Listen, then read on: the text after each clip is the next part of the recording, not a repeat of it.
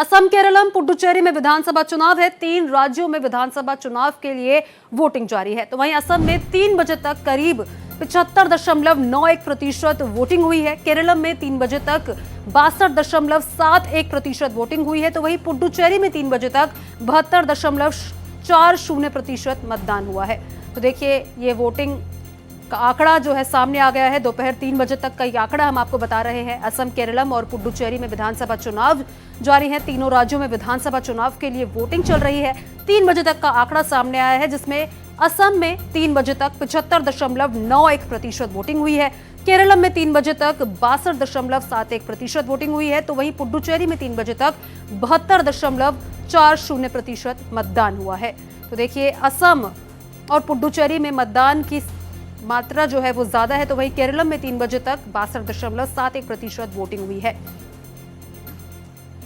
तो देखिए, इस वक्त हमारे साथ हमारे सहयोगी अतुल यादव जुड़े हुए हैं। उनके साथ बात करेंगे और उनसे इसको लेकर बात करेंगे। तो अतुल, 3 बजे तक का वोटिंग प्रतिशत बाहर आ गया है, क्या लग रहा है और क्या ये बढ़ेगा या फिर अब इतना ही रहने वाला है?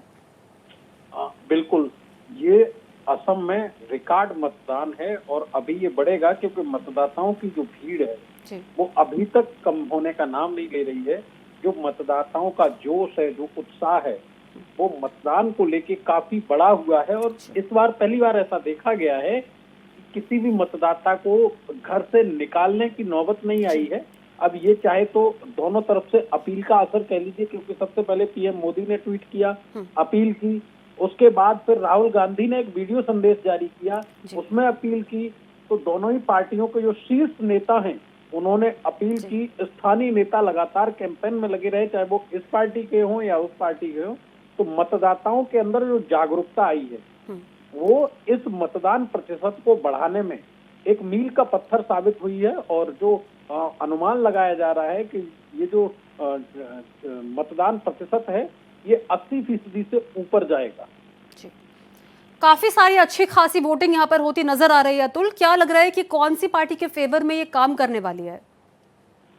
देखिए, कुछ सालों में ये मिथक जनता ने तोड़ दिया है कि जब रिकॉर्ड मतदान हुआ और प्रतिशत बढ़ा तो जो सरकार में पार्टी थी वो नहीं आई। ऐसे कई राज्य हैं जिनमें ये मिथक तोड़ दिया गया। तो इस बार असम में चाहे वो सट्टा बाजार हो, चाहे वो राजनीतिक पंडित हों, पत्रकार हों, नेता हों, हर कोई ये मान रहा है कि जो कांग्रेस एंड टाइम पे लेके आई थी, हेमंता परिवार पे आरोप लगाए थे, उनका बहुत ज्यादा कुछ असर नहीं हुआ है। और असम में जो भाजपा है, एनडीए है, वो सत्ता में वापसी करती हुई साफ नजर आ रही है। हालांकि नतीजे क्या होंगे ये तो 4 मई को ही साफ होंगे, लेकिन अब तक के जो देखने को मिला है, मतदाताओं से जो बातचीत हुई है, जो यहाँ के माहौल है, जो हाल है यहाँ का, उससे ये साफ नजर आ रहा है कि 4 मई को असम में जो सत्ताधारी दल भाजपा है उसकी वापसी होना लगभग तय माना जा रहा है।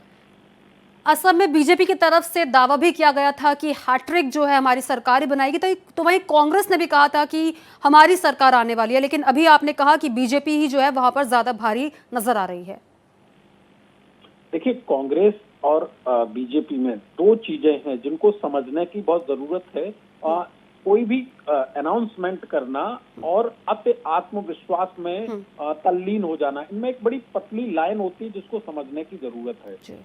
बीजेपी के पास में हिमंता बिस्वा शर्मा एक ऐसा चेहरा है जिसपे असम के लोग ट्रस्ट कर पा रहे हैं।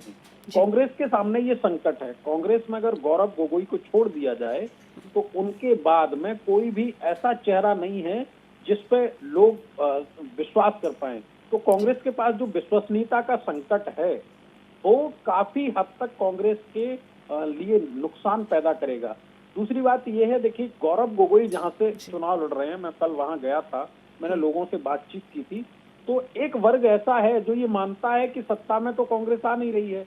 अब अगर गौरव गोगोई को जिता देते हैं तो चूंकि अभी गौरव गोगोई एमपी हैं और अगर विधायक हो गए तो या तो विधायक ही छोड़ेंगे या सांसद ही छोड़ेंगे, नतीजा फिर से चुनाव होगा। तो अब तक के जो इलेक्शंस हैं, जो मतलब राजनीतिक चीजें हैं, जो वहाँ के हालात हैं, उससे ये मान रहे हैं कि कहीं ऐसा ना हो कि गौरव गोगोई की जो वहाँ सीट है उस पर भी काफी टफ मामला ना हो जाए। और कोई बहुत बड़ी बात नहीं है अगर गौरव गोगोई वहां से हार जाए। जी, असम में 126 सीटों पर ये मतदान हो रहा है। क्या लग रहा है कि कांग्रेस के हिस्से में कितनी सीटें लगभग आ सकती है, क्योंकि सरकार जो जैसे कि आपने पब्लिक से भी बात करी तो बीजेपी की ही बनती नजर आ रही है कहीं ना कहीं। देखिए, इसमें दो चीजें हैं यहाँ भी। कांग्रेस की, जो मैं अपने ओपिनियन से बता रहा हूँ, कांग्रेस की 25 से 35 के बीच में सीटें रहेंगी। लेकिन अगर ये सीटें 30 से ऊपर जाती हैं तो फिर निश्चित तौर पर मैं बड़ी जिम्मेदारी से ये बोल रहा हूँ कि कांग्रेस के अंदर फूट पड़ेगी। और फूट का रीजन ये है कि किसी भी राज्यसभा चुनाव के लिए आसाम से 33 विधायकों की जरूरत होती है। और बीजेपी की सीधी नजर है, अंदर खाने से ये भी खबर है कि कुछ ऐसे कैंडिडेट लड़ रहे हैं जो बाद में कांग्रेस छोड़ के, मतलब जीतने के बाद कांग्रेस छोड़ के भाजपा में शामिल हो जाएंगे। तो ऐसे में जो अंदर के सूत्र बताते हैं, राजनीतिक सूत्र बताते हैं, वो ये कहते हैं। 3 राज्यों में विधानसभा चुनाव हो रहे हैं, जल्द ही नतीजे सामने आ जाएंगे। बहुत बहुत धन्यवाद अतुल आपका।